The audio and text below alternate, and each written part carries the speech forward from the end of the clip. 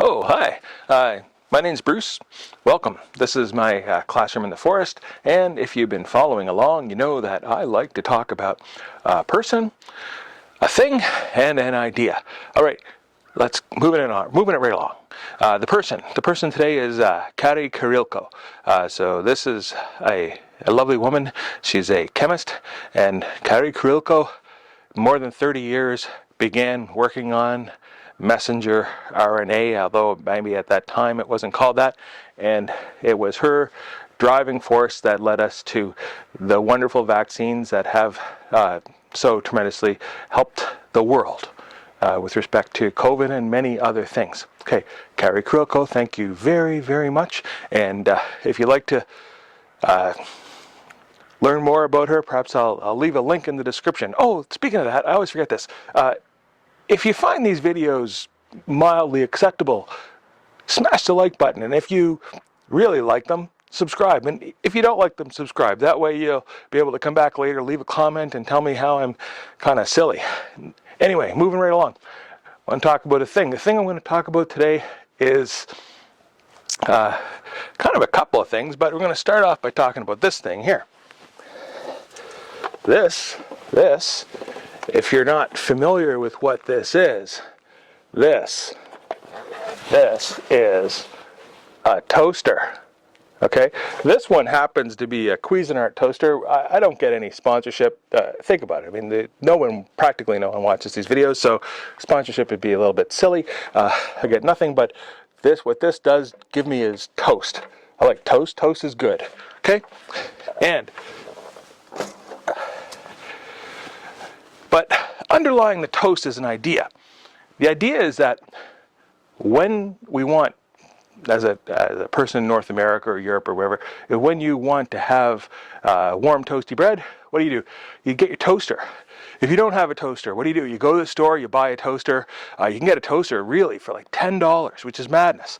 You don't spend a lot of time thinking about it. You get the one you like, you take it home, you plug it in, you put your bread in, you press the button and it toasts, and it makes your bread toasty, or makes your bagel toasty. I mean, there's probably other things you can do with a toaster that I don't know. Maybe someone else might have more ideas about toasting, but Pop-Tarts. Oh, Pop-Tarts. You can put Pop-Tarts in a toaster. Waffles. You can put Eggo waffles in the toaster. Oh, I love Eggo waffles. Anyway, that's why I have a 4-slice toaster. I got four waffles at once. What does this have to do with anything? Okay. Toaster. Now, if you go to the store and you're going to get a toaster and someone starts making a long speech about toasters and telling you how this toaster is better than that toaster and you need this toaster, and then they ask you about what kind of electricity you have at your house and a bunch of this nonsense, well, that's exactly what that is. It's nonsense. I mean, it's a toaster. You plug it in and it works. Okay? Now, we're going to talk about a toaster for your house, which is the idea. And this thing is a heat pump, okay? Now, and reason why I'm saying the toaster is because a heat pump is a toaster for your house. It's that simple, okay? Anyone that's getting a big speech and overthinking things, that's what that is. It's speechifying and it's overthinking. Okay, let's talk about this. You have a house. Here's your house. House. Door. Window, more like porthole. House has good feng shui, so it has a fancy thing. It makes the front of the house look like a face. Okay, so there's your house. What do you want? You want your house to be comfortable. You want it to be comfortable in the wintertime. You want it to be comfortable in the summertime. You want your house to be comfortable. Now, let's imagine that your house, your dwelling is older. Okay, old. If you have an old house, likely is that house is poorly insulated. You can improve that. There's a good chance the house is heated with combustion. Remember I talked about that before. It's not that great. And maybe it's heated with baseboard electric, or whatever. But anyway, you want something better than that. So you take this thing and you put it here. Heat pump. Then it's out there. So this is your atmosphere, your environment. What's in your environment? In your environment is energy. energy. Okay? You take the energy, the heat, from the environment, the pump pumps it into your house gets warm, that's it. It's that simple. Now, if it's in the summertime or warmer climate and your house is too warm, then what the heat pump does is it takes the energy from your house and it pumps it to the outside and just gets rid of it. Okay? So the net result of that is that you are comfortable. Okay? Comfortable. Now, let's talk about a word that I kind of avoid at all costs. Or every time I say it, it makes me kind of go, ee, ee, ee, ee. That word is efficiency. Why do I not like to use the word efficiency? Using the word efficiency is like saying that you love your mother, or saying love, because it's an abstract idea. It tugs at someone's emotions, and someone says, "Oh, efficiency is good." Okay, the problem with the word efficiency is it's imprecise, it's inexact, it's not well defined, and people start going on about it, and usually they're tiny a little bit lost. Okay. A heat pump has this magic thing where the efficiency of a heat pump, let's say perfect efficiency, right? Efficiency is say 100%. 100% efficient. That means that everything that you put in, you get out. All right? It's 100% efficient. All of the effort that you put into something, you get back. Keeping your money in a mattress. Well, that's kind of for a personal financial sense, that's 100% efficient. You put your money in the mattress, and as long as no one steals your mattress or your house burns down, that's a joke, you put $1 in, you get $1 out.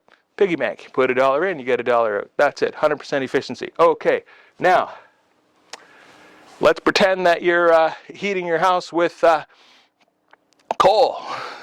Coal. It's about as bad as it's going to get. If you're heating your house with coal, you're getting about, I don't know, you put in 100 units of coal energy into your house, and you're getting about 10 units of comfort, really. Let's talk natural gas, okay? If you have a boiler in your house or a natural gas furnace, you put 100 units of natural gas energy into your house, and you're getting somewhere between maybe 50 and 90% back into comfort. All right, 90%, that sounds pretty good. You're excited. Okay, well, 90% is terrible. And a heat pump, if you put 1 unit of energy into your heat pump, it's going to get you about somewhere between 1 and 5 units of energy back into your house. Or if you're doing it the other way, it's going to take 1 unit of energy into the heat pump. It's going to pump between 1 and 5 units of energy from your house into the environment so that you can be in the most comfortable place imaginable, in happiness. Okay, now, what does this have to do with a toaster? Well, a heat pump's a toaster for your house. Now, if you have an older house, or and you want to have a heat pump, well, or you want to be comfortable, which makes total sense. I'm going to shift this over here. You want to be comfortable. Okay, then what's going to happen is you don't know, you're whatever. So you're going to ask your friends. This is what people tend to do. You ask your friends, and maybe you'll get lucky, and one of your friends will say, "I have a heat pump." You say, "Oh, really?" Say, "What'd you do?" "Okay, well, we called, and someone came, and they made an analysis on our house, and they determined that we should have X heat pump with Y capacity, and then after a period of time, we paid them thousands and thousands of dollars, and bingo, we have a heat pump installed in our house." Okay, well, that works. Another thing that works is this, is if you take a heat pump, like a split heat pump, like there's your wall, and you have this thing that goes on your wall, looks like that. Then you have this outside thing, looks like that, and they're connected. Okay? They're connected. Well, these things have this magical capacity to regulate. So the heat pump is going to be happy working between about, say, 20% of its capacity or 10% of its capacity and 100% of its capacity. what's the takeaway of this? Is that a heat pump might have a rating on it. They're usually given in BTUs or tons, but say 12,000 or 18, 24, 36, 48. They're kind of a capacity ratings, and measured in tons because it comes from the days when we used to make ice, and you have a thing that could make 1 ton of ice a day. That was a ton. Okay, now this idea that they can work at less. So the idea they can work at less. So if you just get one, you stick it in your house. Say you get an 18,000 BTU heat pump. You put it in here, and what's going to happen? What's going to happen is it's going to work like magic. That's what's going to happen. And then someone's going to say, well, wait a second. How do they work? They work on electricity. What if you don't have enough electricity? Oh, there's no such thing. If you can cook dinner, you can have a heat pump. It's that simple. Then you go, well, they're expensive. Well, wait a second. They're not necessarily expensive. I mean, they're a pump. Okay? People have been making pumps for 100 years. And these heat pumps, they've been manufactured for, I'm going to say 30 or 40 years. They're not overly complicated. Now, someone's going to tell you they're complicated because they're trying to sell you something and they're trying to get more of your money. Okay, in the same sense that Honda or Toyota will tell you that their internal combustion engine is better than the internal combustion engine that they had 20 years ago, which is a tiny little bit true, but it's not all that true. Okay, there you go. So, heat pump. Now, if you look, you can buy a heat pump. You can buy this thing, and you can buy this thing, and it can be like 12,000 or it can be 18,000, and you can buy them. And if you look on, Amazon or something, you can find them for about $1,000, $1,500, numbers like that, U.S. dollars, Canadian dollars. Okay, and there you go. And then what they require to run is electricity. Okay, they have electricity, and the ones that you can buy are intended for a DIY installation, for a do-it-yourselfer. So for somebody that's eager and experienced with some measure of experience and reasonably enthusiastic, can install it themselves. Another thing that you can do is you can hire a professional to install it. Okay, now the speed with which these things are installed can be mind-boggling. Okay, a competent person who installs these split outside, inside, thing on the wall heat pumps, you can do it in like 2 hours. If they're one person on a good day, if it's a straightforward deal. If it's a little bit more of a complicated deal, it might take them half a day. Okay, but it's not rocket science. It's not they're not being Kerry Kirilko and working tirelessly for 30 years to perfect messenger RNA vaccines. That's not what this is. This is, remember I said, it's a toaster. It's a toaster for your house. It's straightforward. It's easy. You can manage it. It's doable. There you go. And remember this idea that you put in 1 unit of energy and you get out 4 units of comfort. Okay, sometimes that's called the COP, the coefficient of performance. Not that great at writing. The coefficient of performance. Okay. And depending upon the unit, they will give you a coefficient of performance, meaning you put in 1 unit of energy, it'll give you back X units, which is a number that's going to be between 1 and 4 or 5.